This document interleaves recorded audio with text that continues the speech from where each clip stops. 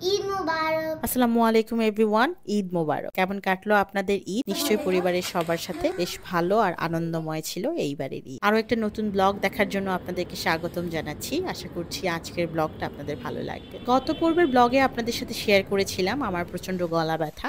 গলা ব্যথার পরিমাণটা এত বেশি ছিল যে পরের দিন আসলে আমাকে ডক্টরের কাছে ছুটতে হয়েছে। ঈদের আগের দিন ডক্টরও সব জায়গায় বসছেন না, তারপরেও এখানে একজনকে পাওয়া গিয়েছিল। কামড় দিবে না দিনের বাবা। অনেকটা সময় চলে গেছে ডক্টর দেখানো হ্যাঁ, এবং বিভিন্ন টেস্ট করতে।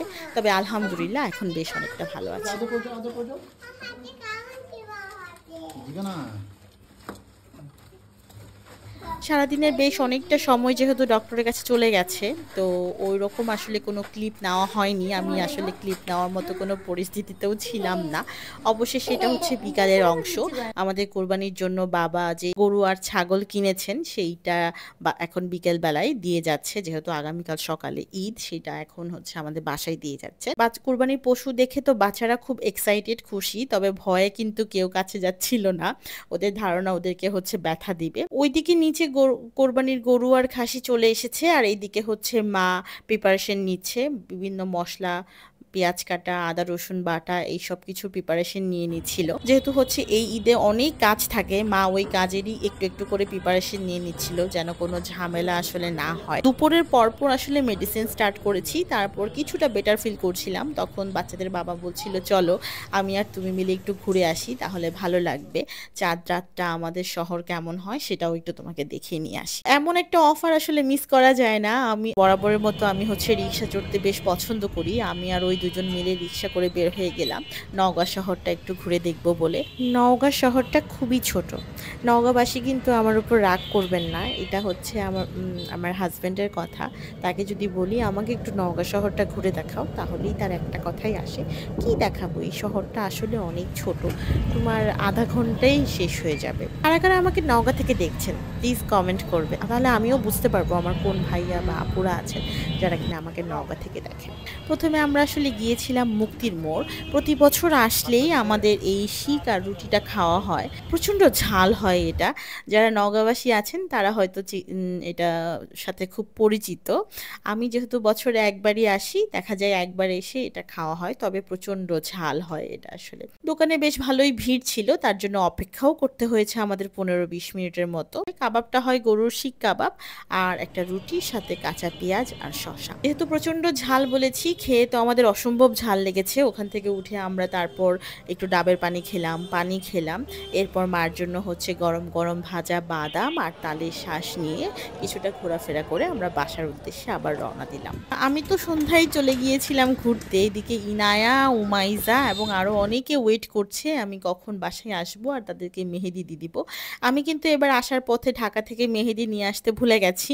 এটাও একটা উদ্দেশ্য ছিল সন্ধ্যার সময় বের হওয়ার, তো ওদের জন্য মেহেদি কিনে নিয়ে এসেছি আর এখন দিয়ে দিচ্ছি। ওদেরকে মেহেদি দেওয়া শেষ করে আমি নিজেও কিন্তু আমার হাতে দিয়েছি রাত 2:30 পর্যন্ত বসে বসে, তারপর ঘুমাতে গেছি।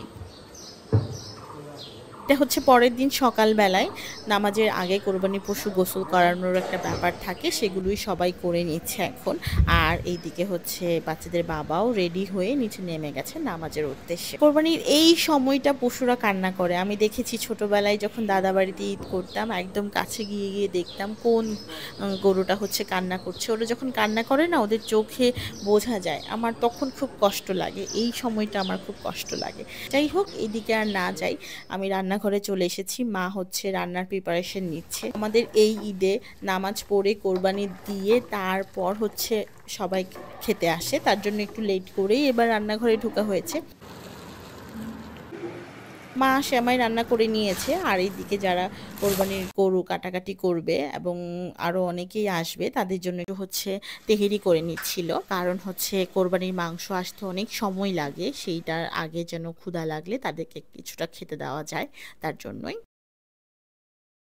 ওই দিক থেকে মা কিচেনে হচ্ছে সকালে রান্নার প্রিপারেশনটা করছিল। আমিও বাচ্চাদেরকে গোসল করিয়ে একটু রেডি করে দিলাম, যদিও এখন ওরা কোথাওই বের ঈদ হবে না, বাসায়ই মোবারক। থাকবে। আর তাছাড়া এখানে এত বেশি গরম ছিল, ওরা আসলে কোথাও বের হতেও চাচ্ছিল না।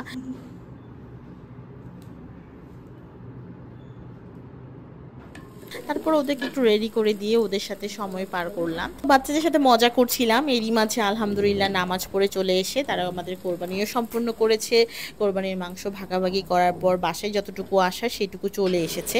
তো প্রথমে যেহেতু খাসির মাংসটা এসেছে আমি এটা বসিয়ে দিচ্ছিলাম, আরেক চুলাই হচ্ছে ভুড়ি কাটাকুটি পরিষ্কার এই সব কিছু করা হচ্ছিল। আমি ওই দিক থেকে কিচেন সামলাচ্ছিলাম আর এইদিকে হচ্ছে মা হচ্ছে মাংস যেহেতু এসেছে সেইগুলো কিভাবে কি রাখবে, কাকে কতটুকু দিতে হবে সেইগুলো দিচ্ছি।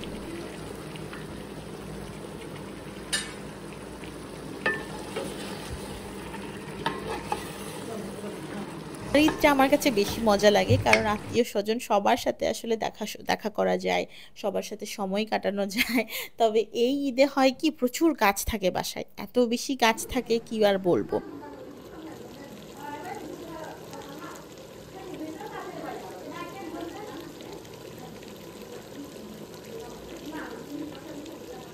কাজকর্ম যা ছিল সবকিছু শেষ করার পর আমরা ফ্রেশ হয়ে কিছুক্ষণ রেস্ট নিয়েছি, আর এটা ছিল রাত 8টার দিকে। আমরা একটু বের হয়েছিলাম বাচ্চাদের নিয়ে, কারণ আশেপাশে আমার ফুপি শাশুড়ি, চাচি শাশুড়ি, মামা আসসালামু শাশুড়ি আলাইকুম এরা ভাই। সবাই থাকেন, এদের সাথে একটু দেখা করতে বের হয়েছিলাম। দেখা করা বা হচ্ছে ঈদ মোবারক জানানোর যে ব্যাপারটা সেটা শেষ করব বলেই বের হওয়া। সবার সাথে দেখা করে আড্ডা দিয়ে আসলে বাসায় ব্যাক করেছি, বেশ অনেকটা রাত হয়ে গেছে। এরপর আর ব্লগটা কন্টিনিউ করা হয়নি যেহেতু প্রচণ্ড টায়ার্ডও ছিলাম।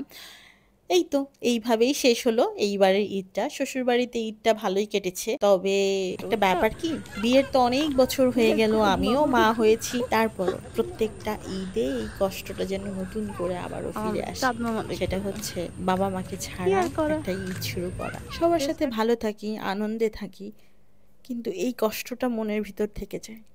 সবার ঈদ ভালো কাটুক। ঈদ মোবারক।